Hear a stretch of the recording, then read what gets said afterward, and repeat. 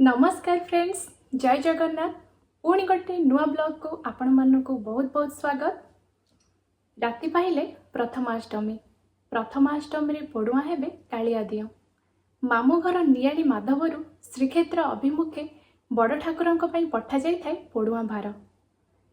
एथिरे बड़ ठाकुरंक पई पाट वस्त्र, पिठा पई बिरी, चाउल, नड़िया, क्षीर, गुड़, कदली, छेना एवं एहास विभिन्न प्रकार फलमूल, तुलसी, फूल, चंदन, अगरु, घी, धूप, दीप आदि पठा जाई थाए एवं एहास सेठारे थिबा संकीर्तन मंडली सेथिरे जोग देई सेठारे एक आध्यात्मिक परिवेश सृष्टि करि थांती।